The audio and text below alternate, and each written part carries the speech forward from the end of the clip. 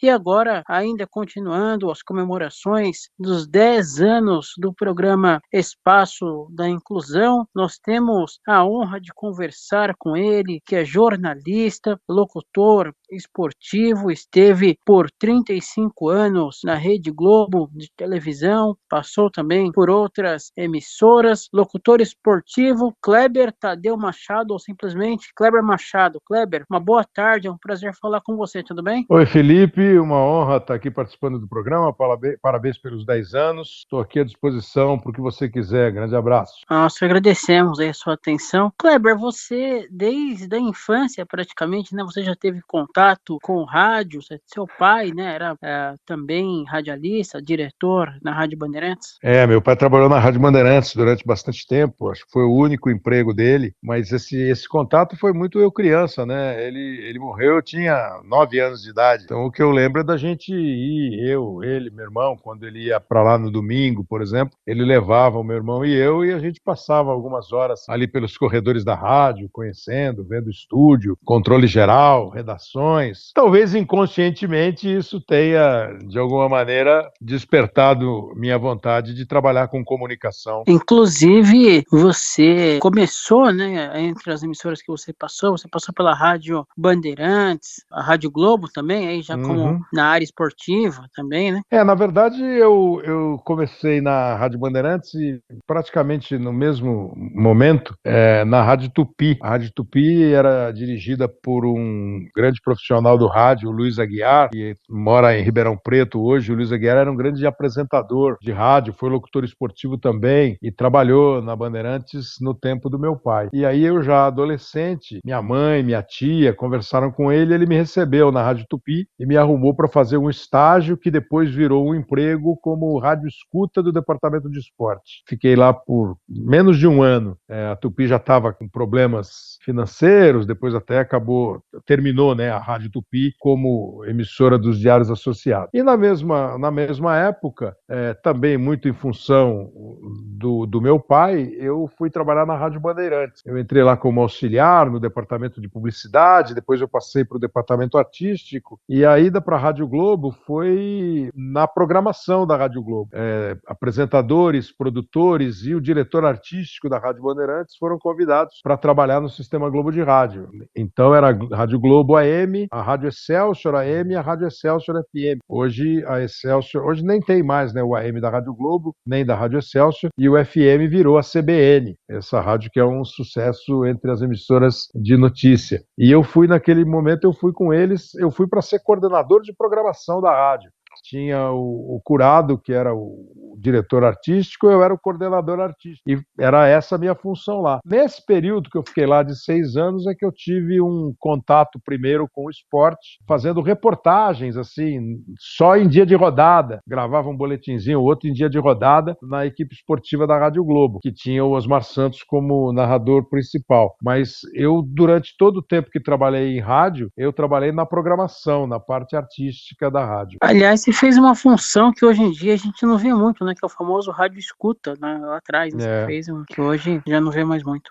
Não tem mais assim, naquela sempre teve rádio escuta assim no jornalismo e no esporte, né? O do jornalismo, em rádio, em televisão, é uma equipe que ficava monitorando outras emissoras de rádio, de televisão, agências de notícia, para ver o que estava acontecendo, agências internacionais e tal. No esporte, era uma equipe até grande e cada um tinha na rodada a função de acompanhar os jogos de um determinado campeonato, de um determinado estado, entendeu? Então você chegava lá e o coordenador do plantão ia dividindo, você faz o Rio, você faz Paraná, você faz Minas, você faz Rio Grande do Sul, e cada um ia procurando lá nos rádios mesmo, não tinha internet, não tinha nada, né? Hoje uma pessoa se liga na internet e a internet vai dando, e eu fico até curioso para saber como as pessoas que trabalham nos sites conseguem tão rapidamente a informação do gol, do jogo. Eu imagino que agora você fica acompanhando o jogo na televisão ou no estádio e postando imediatamente o que acontece. Naquela época você ouvia a rádio e dava, quando acontecia alguma coisa, quando saía um gol, você dava um alô. Hoje essa função acho que nem existe mais em nenhuma emissora de rádio, não teria muito mais sentido existir, né? E a questão da reportagem, né, que mudou muito, a reportagem de campo daquela época para hoje também. A minha primeira experiência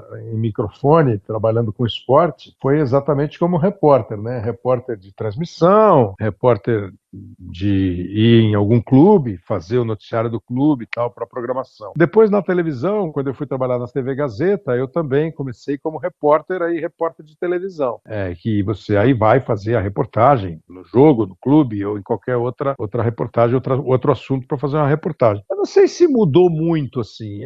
Algumas coisas mudaram e acabam essas mudanças que às vezes são além do estilo de fazer uma transmissão ou uma cobertura jornalística, elas acabam interferindo mesmo no jeito. Por exemplo, alguns eventos, o repórter já tem dificuldade de ficar dentro do campo, como a gente ficava todo mundo dentro do campo, um atrás de cada gol. Na época da televisão, ou você ficava atrás do gol, ou você ficava ali, atrás do banco. Hoje, ainda você consegue ter um repórter de televisão ali perto do banco ou atrás do gol, mas já com uma limitação, conforme os direitos de transmissão, quem tem o direito, quem pode, quem não pode, entendeu? E muitas vezes as emissoras de rádio, quando o jogo é feito em loco, eles têm até os repórteres atrás do gol, mas o que não pode mais, por exemplo, que é uma mudança, não sei se é dessa que você está falando, por exemplo, acabava o jogo, o primeiro tempo, e cada repórter ia atrás de um jogador para fazer as entrevistas do intervalo. Fazia-se uma, duas, três entrevistas para cada clube. Hoje não pode mais, né? Hoje um jogador dá entrevista, um de cada time dá uma entrevista exatamente para a emissora de televisão que tem o direito daquele jogo, daquele evento. Os repórteres de rádio, você percebe que normalmente eles não conseguem mais o acesso ao jogador depois do primeiro tempo ou depois do jogo. Então muitas vezes você vê em algumas emissoras,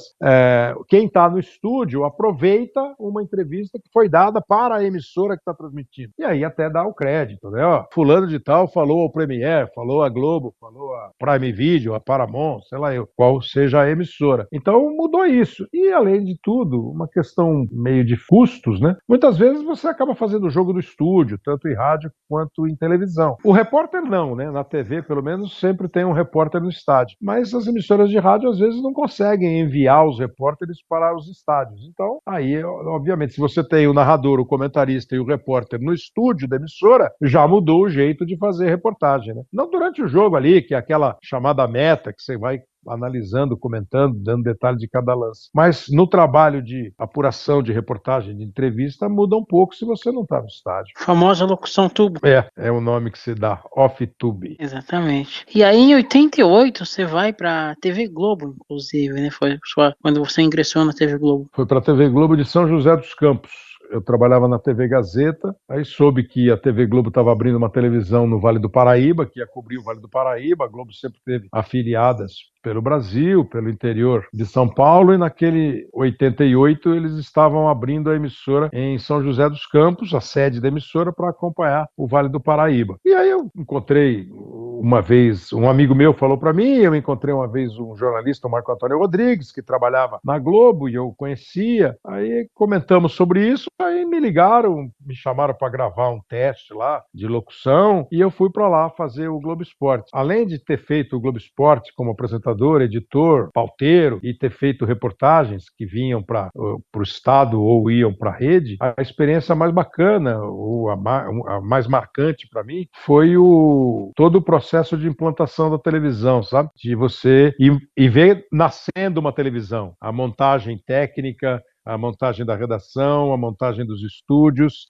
a pesquisa da região, conhecer os personagens da região, imaginar assuntos que poderiam ser do dia a dia da emissora e do programa de estreia da emissora. E esse foi um processo de quase 4 meses, entendeu? Aproximadamente 4 meses. É muito enriquecedor para quem trabalha, para quem participa. Praticamente você fica sabendo de tudo da região, né? Para poder fazer uma matéria que interesse para aquele público. Além da região, né, dos personagens, dos problemas, dos das modalidades, né?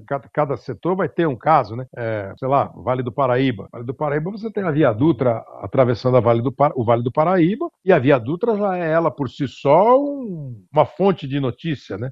Seja pela razão que for, por quem trafega, pelas cargas que circulam entre São Paulo e Rio, pelos eventuais acidentes, enfim. Aí você vai ter as cidades, cada um com sua característica. Tem muita cidade cultural, com folclore, tem a agricultura, tem a industrialização. Lá em São José tem a Embraer, tem o Instituto de Engenharia lá, né, também é muito, muito conhecido, o ITA, né, Instituto Tecnológico da Aeronáutica. Enfim, e no esporte, você vai pegando o momento que está. O São José era o time que estava bem, estava disputando o Campeonato Paulista, chegou a ser vice-campeão paulista em 1989, quer dizer, um ano depois da televisão ser inaugurada. Personagens que nasceram lá, o João do Pulo nasceu em Pindamonhangaba, o Zito, que foi Santos, seleção brasileira, nasceu em Roseira, o basquete lá foi muito forte. Isso tudo foi legal de aprender, mas o que eu digo assim, além desse lado da região, pra gente profissional foi muito bacana você ver todo o processo de implantação mesmo de uma emissora, entendeu? Você aprender como é que você vai pautar o jornal,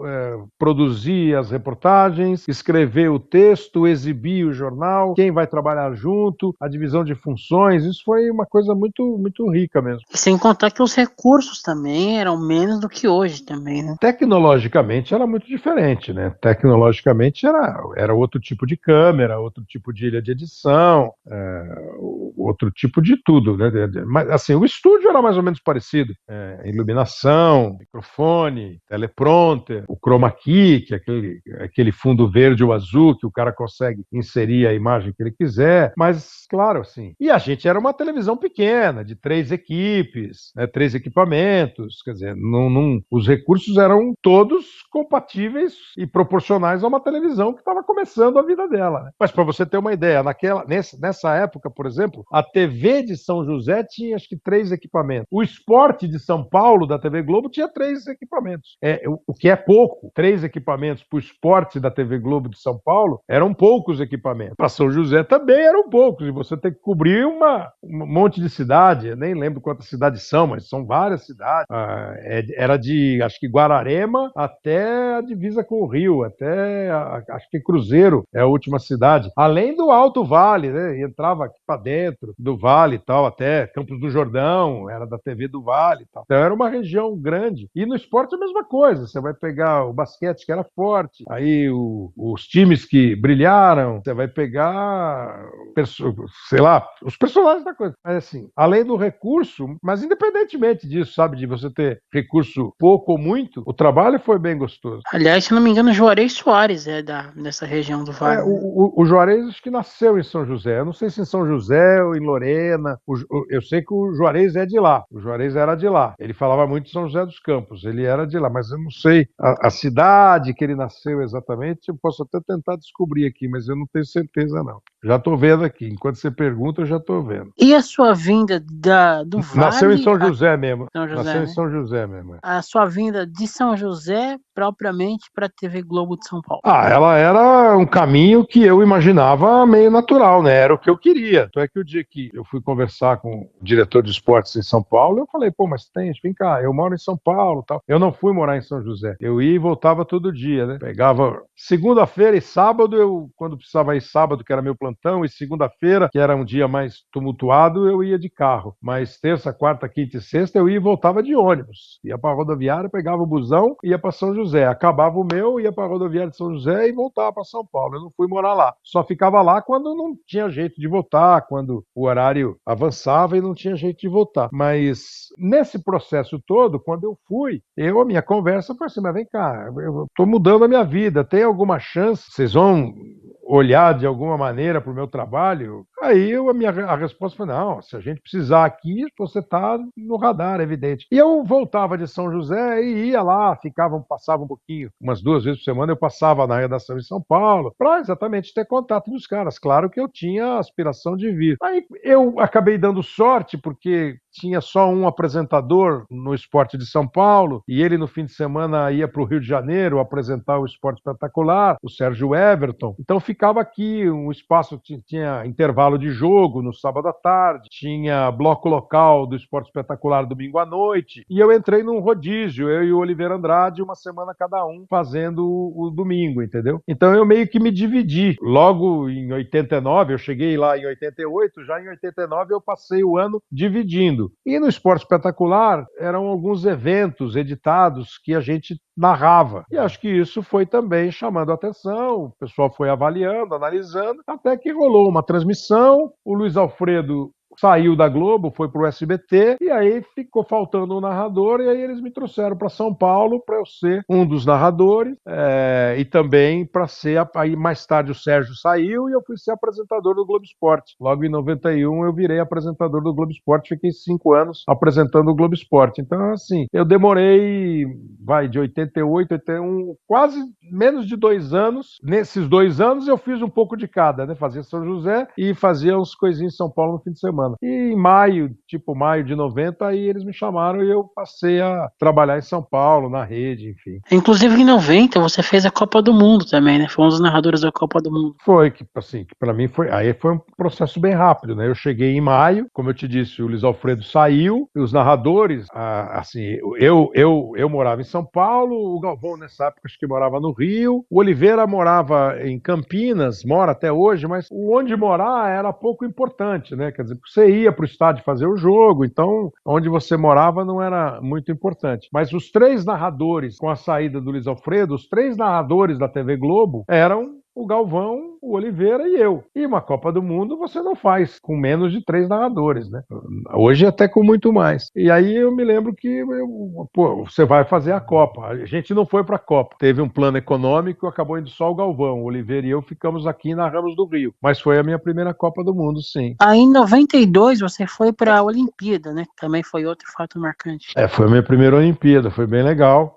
Aliás, 92 foi assim, meio uma montanha-russa, né? O Galvão saiu, eu comecei a fazer Fórmula 1, fiz umas corridas bem feitas, aí uma outra começou a ficar ruim, eu parei de fazer Fórmula 1, o Luiz Alfredo tinha voltado para a Globo, e aí o Luiz Alfredo foi fazer Fórmula 1, mas eu tive em 92 um evento que foi muito legal para mim, que foi o torneio pré-olímpico de basquete masculino, que foi disputado nos Estados Unidos, e a seleção brasileira, e todas as seleções, né, precisavam garantir a vaga na Olimpíada. E naquela seleção, o Brasil conseguiu a vaga, tal, e naquele pré-olímpico foi a primeira competição oficial do primeiro Dream Team dos Estados Unidos, né, quando os americanos mandaram os profissionais, e os profissionais eram Michael Jordan, Magic Johnson, Larry Bird, Scott Pippen, Pat Ewing, Charles Barkley, Clyde Drexler, era David Robinson, era um melhor que o outro. Você olhava os caras na quadra e falava assim, nossa, o que é isso? Então foi o primeiro Dream Team, o grande Dream Team da história. Aliás, essa questão de locutor que tem essa versatilidade, né? É muito importante, né? Você conseguir fazer vários esportes, basquete, Fórmula 1, próprio futebol, vôlei, né? Não são todos que fazem, né? Recentemente eu tenho feito muito menos outros esportes do que eu fazia, mas eu acho gostoso, eu acho legal fazer outros esportes. Todas as modalidades são legais de você transmitir, e cada uma tem o seu ritmo, tem o seu jeito de fazer, né? O seu vocabulário e tal, e principalmente o ritmo de transmissão. Mas eu tenho certeza que, para mim, chegando garoto ainda na TV, o fato de eu ter sido escalado e ter, de uma maneira ou de outra, feito direito várias modalidades, isso me deu um espaço muito grande, para você ter uma ideia, por exemplo. Eu falei que a Copa de 90 fizemos Galvão, Oliveira e eu, né? Aí em 92 o Galvão sai, no começo de 92. Ele volta depois em 93. O Luiz Alfredo tinha saído e voltou. Então quando você chega na Olimpíada de 92, eu com 4 anos de Globo e 2 anos de rede, por exemplo, eu fui para a Olimpíada de Barcelona. Foi o Luiz Alfredo, aí teve mais gente, o Ciro José, o Orlando Duarte e tal. O Oliveira, que já tinha mais tempo de casa e era um cara mais do futebol, o Oliveira não foi para Barcelona, entendeu? Então o fato de você fazer outras modalidades, claro, te amplia as possibilidades de escala. E eu acho legal. Aliás, glorioso Orlando Duarte, hein? O Orlando ele foi assim, na época ele foi um comentarista narrador convidado, entendeu? Eu não vou lembrar a equipe inteira, mas assim, ele fez algumas transmissões, assim, muito aquelas que na Olimpíada, naquela época, você tinha assim, as transmissões que eram feitas, transmissões transmissões completas, né? E você tinha muitas entradas durante a programação que davam um giro pelo que estava acontecendo naquele momento. Eu fiz, o Orlando fez bastante. O Orlando transmitiu comigo muito boxe na Globo, né? Eu narrava e ele comentava boxe, ele sabia muito de boxe, como sabia de muitos esportes, né? O Orlando é um baita nome do jornalismo esportivo. Então ele foi, naquele momento, ele fazia... Eu também fiz. Você sentava no estúdio, cara, atenção, vamos entrar com o flash. Aí o flash ia mudando, entendeu? Estamos indo pro tênis de mesa, estamos indo pro iatismo, estamos indo pro caiaque lá, pro remo, sei lá, vamos dar uma passada no jogo de vôlei. Então fazia um giro de 3, 4 minutos e era você com você mesmo, entendeu? Aí tinha ele, tinha eu, o Luiz Alfredo, o Círio José narrou principalmente jogos de basquete. Acho que éramos nós 4, assim, os narradores, entende? Mas tinha o Vanucci, eu não lembro se o Léo e o Vanucci estavam lá, mas éramos nós os narradores. O Kleber, e além de todos os esportes que você fez, depois mais além você fez o carnaval, né? Como é que foi se inserir no carnaval? Na verdade, eu fui inserido, né? E também foi uma coisa muito rápida, assim. Como eu te falei, eu cheguei em maio de 90. Mas antes de eu sair de São José e ficar na TV Globo de São Paulo, na Rede Globo mesmo, né? Sair do Vale, em 90, como eu te falei, eu já fazia uma dupla jornada lá, né? Fazia fim de semana, fazia o Esporte Espetacular, as narrações do Esporte Espetacular. Eu fazia o plantão do Esporte Espetacular no domingo e segunda-feira eu ia para São José. E em 90, o jeito de transmitir carnaval era diferente. Eram 4 narradores, divididos em 2 turnos, sendo que você tinha 2 narradores que narravam o desfile propriamente dito, ala a ala, carro a carro. E você tinha outros 2 que faziam o período pré-desfile e pós-desfile, entendeu? Então, sei lá, desfilou a Mangueira. No final do desfile da Mangueira, o narrador do desfile, que naquele ano foram o Vanucci e o Bonner, eles passavam para os narradores de cabine, que éramos o Léo Batista no primeiro e eu no segundo turno. Então a gente fazia, terminou o desfile da Mangueira, lá na dispersão, tal, repórter tal. Na concentração já está se preparando a Portela para entrar. Lá está a repórter fulana de tal, entendeu? A gente fazia essa parte que a gente chamava de parte do jornalismo. E eu fiz isso um ano. Eu até perguntei, mas por que estão me mandando para o Rio para fazer isso aí? Porque o pessoal ouviu as suas narrações no Esporte Espetacular e achou que dá pé. E eu fiz direitinho. E aí depois, em 92, 93, assim, aí eu comecei a narrar os desfiles em São Paulo. Dividi transmissões com Tramontina, depois fiz com a Mariana Godoy, até que um dia parei de fazer, aí um dia a gente gravou lá uns pilotos lá, que são os testes mesmo, né, de desfile, porque o Vanucci tinha saído, o Bial fez um desfile de carnaval e no ano seguinte eles estavam querendo outro narrador. E eles me escolheram lá, a direção ouviu as gravações que eles fizeram e me escolheram. Aí eu fui narrar o Carnaval do Rio. Eu acho que eu fiz o Carnaval do Rio de 2001 até 2009, mais ou menos. Todo ano eu ia para o Rio para fazer o carnaval. E é também um evento legal, um evento importante, um evento grandioso, bem produzido, bem executado, e é uma transmissão bem bacana de fazer. Eu imagino bem puxado, né? Você fica lá escola a escola, vendo cada coisa de cada escola. Você fica mais assustado antes do que durante, entendeu? Com o tempo. Ô Kleber, logo mais nós teremos aí a Copa do Mundo, né, de futebol feminino, a seleção brasileira. O que você está esperando para esse ano, com essa renovação? Eu espero, sim, que a seleção faça um bom campeonato, sim. Acho que, seja no feminino, no masculino, o futebol, ele tem, de uns tempos para cá, momentos de algumas seleções, né? Uma coisa é você analisar todo o trabalho de estrutura que é feito, a preparação, o caminho, traçado, que é fundamental para você obter sucesso. Mas sabemos que no futebol, se você fizer tudo certinho, a bola pode bater na trave e ir para fora, né? E no nosso caso, assim, acho que algumas seleções, as seleções mais assim tradicionais do futebol feminino, elas continuam sendo fortes, continuam sendo candidatas. Algumas outras começaram a desenvolver um trabalho legal e passou a ter mais candidatos ao título. E acho que a seleção brasileira vive esse período aí de ter, em determinado momento, algumas grandes jogadoras, a melhor jogadora do mundo e outras que estavam entre as melhores do mundo. A seleção vai perdendo, vai tendo que renovar mesmo o elenco, e essa renovação, ela não é uma coisa simples, fácil. Às vezes, mesmo quem tem muito potencial, demora um pouquinho mais para vestir a camisa, ficar à vontade e explodir, estourar. Eu acho que a ideia de trazer a Pia Sundhage foi uma boa ideia, ou Sundhage, cada um fala de um jeito. Eu acho que foi uma boa ideia. Você trouxe uma técnica campeã olímpica, uma técnica experiente, e acho que ela trouxe um outro jeito de pensar. Eu acho que ela trouxe uma mentalidade outra para as nossas jogadoras. E essa renovação que é feita nos coloca lá como uma equipe que vai chegar com possibilidade de fazer uma boa Copa. Acho que passa da primeira fase, e aí depois começam aqueles jogos eliminatórios, aí passa a ser o dia, né? A tua estrutura, a tua ordem tática, técnica, e o que vai acontecer. Mas acho que assim, dá para brigar. O Brasil já foi finalista olímpico, o Brasil já foi finalista de Copa do Mundo. De repente,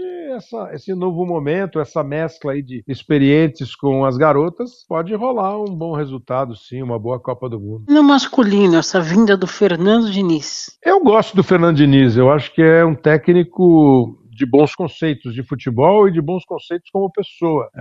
A experiência que ele teve como jogador de futebol, as tristezas e alegrias que ele teve como jogador de futebol, depois a passagem para técnico e, como ele próprio diz, né, tentar tirar do jogador que ele passou a ser o técnico, tirar um pouco daquele peso, daquela angústia que ele sentia quando ele era jogador de futebol. Eu acho que isso é nobre como comportamento de pessoa. Mas é claro que o futebol, ele tem muita coisa, ele tem isso de você ter, no caso do treinador, né, uma boa relação com o elenco, mas também a necessidade de uma cobrança, às vezes uma bronca, às vezes um afago, às vezes você tem que tirar do time, você tem que dispensar, enfim. Mas eu gosto do jeito que ele pensa futebol. Imagino, e acredito que ele também saiba, que às vezes você precisa ter uma outra opção, deixar o time com uma segunda possibilidade, com uma versatilidade grande. Então acho que o trabalho que ele fez ao longo desses anos é um trabalho mais bom do que ruim. E já foi muito elogiado e já foi muito criticado. Acho que ele conseguiu se inserir no mercado do futebol até como um cara que divide bem opiniões, né? Tem os caras que são chamados de dinizistas e tem os caras que xingam o Diniz, acham que o Diniz não é competitivo. Na minha cabeça, nem uma coisa nem outra, nem dinizismo e nem falta de competitividade. Então, imagino que ele, que não tem nem 50 anos de idade, também sabe o quanto ele precisa mexer, melhorar, evoluir. Tem um momento aí no Fluminense, de um ano para cá, muito bom. Eu já ouvi de treinadores brasileiros, treinadores rodados, elogios rasgados assim ao Fernando Diniz, ao jeito que ele monta o time, a dificuldade de enfrentar os times dele, e também aquele,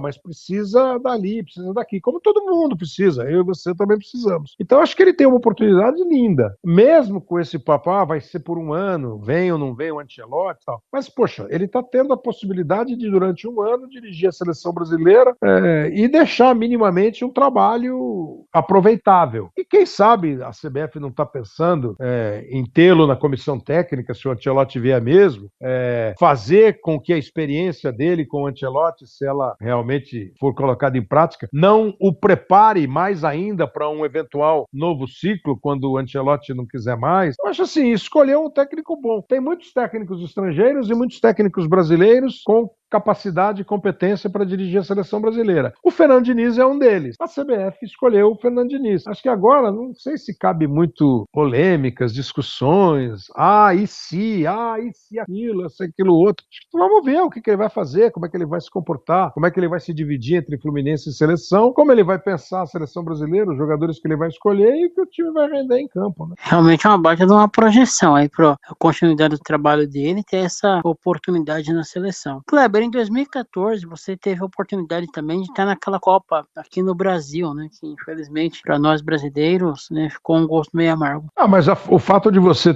viver uma Copa no seu país é muito legal, né? Com os problemas que nós temos antes e depois da Copa, com as dificuldades que nós temos, com os senões, os lamentos que nós temos. Mas acho que a Copa, assim, de uma maneira geral, que era um momento assim meio turbulento da política, da sociedade brasileira, de manifestação, de reivindicação, uma mudança um pouco até na postura, nas correntes político-ideológicas do país, enfim. Mas acho que a Copa lá, disputada, foi uma Copa bem disputada. Tem estádio que não precisava ser construído? Também acho. Tem estádio que gastou demais? Também acho. Tem estádio que depois da Copa não virou quase nada? Também acho. Mas a Copa ali, disputada, foi legal. E você tá no seu país, depois de ter ido em alguns outros fazer Copa, você vê as pessoas virem ao teu país fazer uma Copa, é legal. Sabe, eu sempre penso assim, se eu tivesse que decidir, eu não sei se eu decidiria pelo Brasil ser sede de uma Copa do Mundo. Mas como se decidiu, eu acho que acabou fazendo uma Copa que passou no exame final. Tem outro evento que você teve a oportunidade de fazer também, né? Que é a Olimpíada, né, do Rio 2016. Que é a mesma situação, né?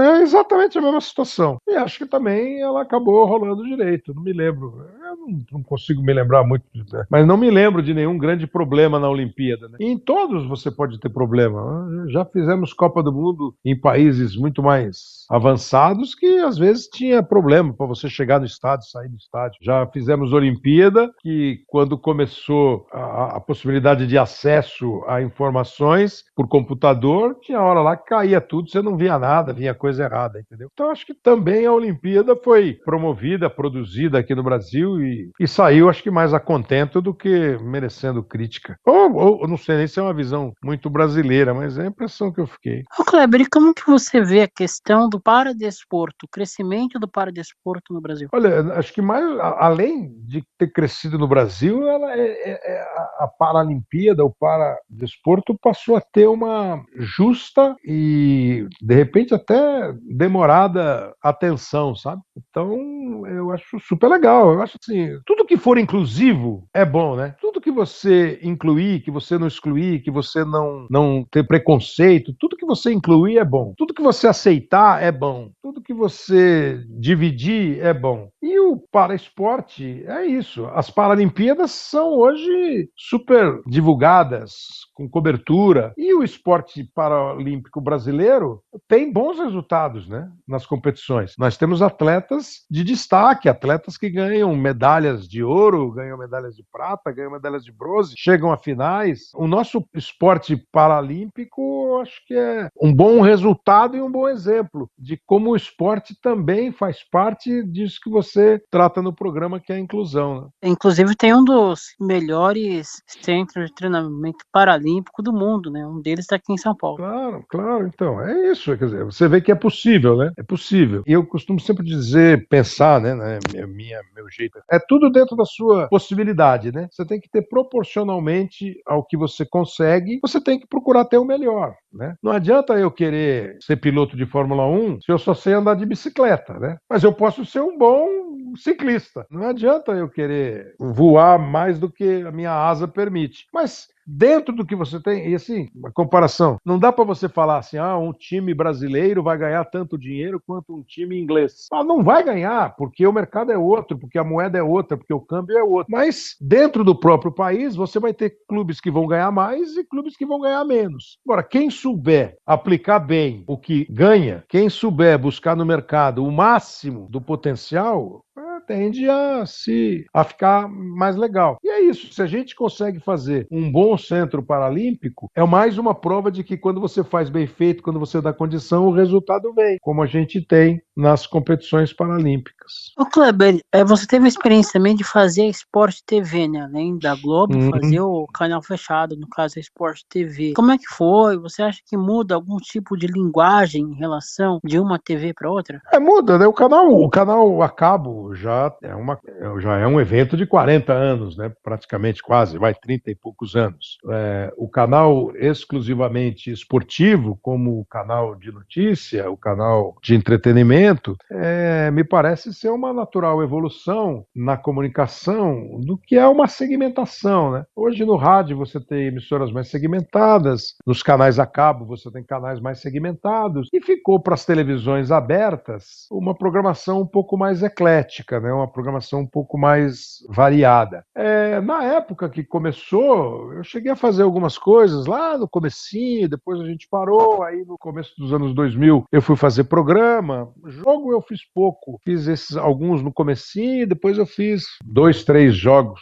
Fiz, na verdade, 3 jogos da Libertadores da América, de 2011. Aí cheguei a fazer um outro jogo no Premiere, no Sport TV e tal, mas o conceito lá é de que não tinha que misturar muito os narradores da aberta na fechada, não tinha que escalar os narradores da aberta na fechada. Mas assim, num começo, era meio, você falou de linguagem, num começo imaginava-se que quem assistisse o canal de esporte era um cara, obviamente, muito mais ligado em esporte e que você poderia ter um vocabulário, uma linguagem mais afeita, mais esportivo, que o cara não ia se assustar, não ia não saber o que é um escanteio, né? Radicalizando, claro. E na TV aberta você tem um público muito mais amplo, muito mais, né? Muita gente que não acompanha o esporte, o futebol diariamente, que não sabe 100% das regras, quem saiu de um time foi para o outro, de onde veio aquele cara, tal. Então, talvez de um jeito muito sutil, você precise ser um pouco mais, explicar um pouco mais. Hoje, eu acho que está meio misturado, sabe? Acho que o canal esportivo passou a ter eventos grandes que podem ser acompanhados por quem gosta muito de esporte, por quem gosta mais ou menos, por quem quer ver aquele elenco. E na programação diária, claro, os programas aí são programas mais específicos. E além disso, já começaram as outras plataformas, né? Os streamings, como a Paramount, como o Prime Video, Star Plus, HBO, Max. Aí começaram os canais de YouTube. Hoje você tem um sem número de maneiras de assistir tudo. Tem gente de 30 anos de idade que nunca ligou a televisão para ver televisão aberta. Já tem gente que nunca ligou nem para ver televisão fechada. Então tem o cara que faz a programação dele, com o YouTube, com o streaming e tal. Acho que faz parte da evolução, me parece meio irreversível, e cada um vai ter que entender onde está, para quem está falando, tentar saber quem está vendo, mas acho que é tudo muito variado, sabe? Eu acho que você tem vários públicos bem distintos em todas as plataformas. Tudo é uma adaptação, né? Por mais que o pessoal mais antigo vai se adaptando aí a novo modo de transmitir, né? Nem acho que seja o jeito de transmitir, entendeu? É o lugar onde você está transmitindo, é tentar saber quem está vendo e o que o cara que está vendo, a pessoa que está vendo quer, como ele quer. Mas acho que algumas coisas não mudam muito com o tempo, sabe? Acho que algumas coisas têm um padrão que é aceito por todos. É mesmo quando eu vejo, que hora que eu vejo, o que eu quero ver. Eu acho que essa é a maior mudança, sim. E os eventos ao vivo, esportivos, jornalísticos, esses acabam ainda chamando a atenção de quase todas as gerações. Ô Kleber, qual as situações mais difíceis que você passou, assim, você falou, não, esse eu tive que improvisar, ou fazer alguma coisa, assim, para conseguir se sair, assim, de uma situação mais delicada numa transmissão? É difícil lembrar, assim, citar uma, entendeu? Um monte de vezes. Sei lá, você vai fazer um jogo, e começou a chover sem parar, o jogo não começava, a transmissão não saiu do ar, aí você teve que ir fazendo, que a gente brincava, narrando chuva, entendeu? Narrando chuva, como é que estava chovendo no estádio, o que estava acontecendo na cidade. Isso não é perrengue, faz parte do trabalho. Eu já tive fazendo carnaval e desabou um edifício no Rio de Janeiro. Você tem que acompanhar. Eu já fui fazer alguma coisa e errei, algum negócio que me deixa, errei, e agora tem que corrigir. E você corrige, entendeu? Acho que tudo faz parte, não tem nada assim que esse foi, aquele foi. Cada vez tem uma coisa que rola e é bom. Pô, nós estamos fazendo a Olimpíada de Atlanta e estourou uma bomba no Parque Olímpico. Aí volta pro estúdio e vai fazer o noticiário, entendeu? Mais do que situação delicada, é o que eu acho sedutor na nossa profissão, que é uma rotina que todo mundo sabe que existe, mas ela é uma rotina diferente. Quando você vai fazer um jogo de futebol, você sabe que você vai sair de casa, vai para o estádio, onde é a cabine, onde você vai sentar, quem vai jogar e o que vai acontecer no jogo. O que vai acontecer? Os times vão entrar em campo, você vai dar a escalação, o juiz apita e o jogo começa. O que vai acontecer quando o jogo começa? O que vai acontecer quando uma escola entra na avenida? Aí você já não sabe. E esse que eu acho que é o lado legal. Se vai acontecer alguma coisa fora daquele ambiente que tem importância para ser noticiada e para eventualmente ficar ocupando um espaço necessário, isso você não sabe. Eu acho que esse é um bom charme, é um bom exercício sempre da profissão. Ô Kleber, você já pensou em escrever um livro? Pensar, eu já pensei. Tem cara que fala para mim, minha mulher fala para mim, mas assim, preciso ter convicção de que pode sair alguma coisa boa, entendeu? Seria muito bacana. E o VAR? Como que você está vendo o VAR hoje em dia no Brasil? Eu acho que o instrumento é bom, eu acho que já era sem tempo, já há muito tempo já devia ter acontecido alguma ajuda tecnológica para a arbitragem, porque não é possível que todos os esportes tenham e só o futebol não precise, né? Me incomoda um pouco essa história. Não, mas futebol é assim mesmo. Como é que futebol é assim? Eu acho gozado esse, o futebol é assim mesmo. Ah, é? Futebol é assim mesmo? Então por que você reclama quando o teu time perde um jogo por erro de arbitragem? Então não reclama. É assim mesmo, né?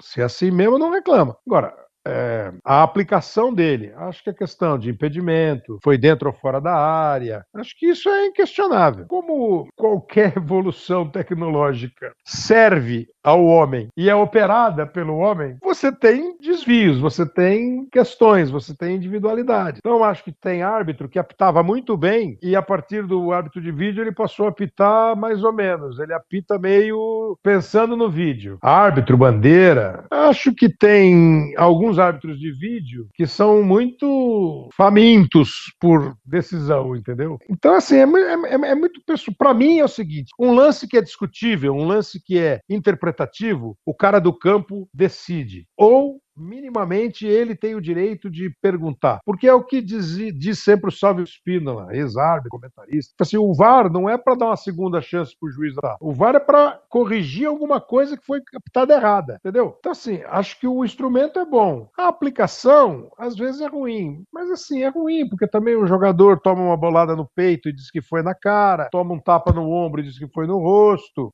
chuta o tornozelo do adversário e fala que pegou a bola. Aí vai como eu te falei, a tecnologia é operada e beneficia a gente, né, que é repleto de defeito e caráter diferente, assim, caráter no sentido de formação mesmo, característica. E sem contar a demora, às vezes, né, para É, resolver um lance. então, o que passa a ser, eu acho que tem alguns lances que são realmente difíceis. E tem alguns lances que no replay simples ali você já viu. Então, fica essa aparente insegurança de quem está apitando, ou de quem está como árbitro de vídeo, aparente, eu insisto, não sei se é insegurança, às vezes dá a impressão de ser, às vezes dá a impressão de ser um rigor para não errar, mas essa aparente insegurança. E a nossa mania no futebol de achar que tudo é conspiração, isso acaba virando uma discussão que não tem fim. Em vez de melhorar, o negócio vai só virando mais assunto para discussão. Bom, Kleber, em nome da nossa rádio Web Teletema e as demais rádios parceiras conosco, o programa Espaço da Inclusão, eu gostaria de agradecer demais a sua atenção, a sua gentileza com o nosso programa. Gostaria que você passasse aí suas considerações finais, seus contatos aí para quem quiser te seguir.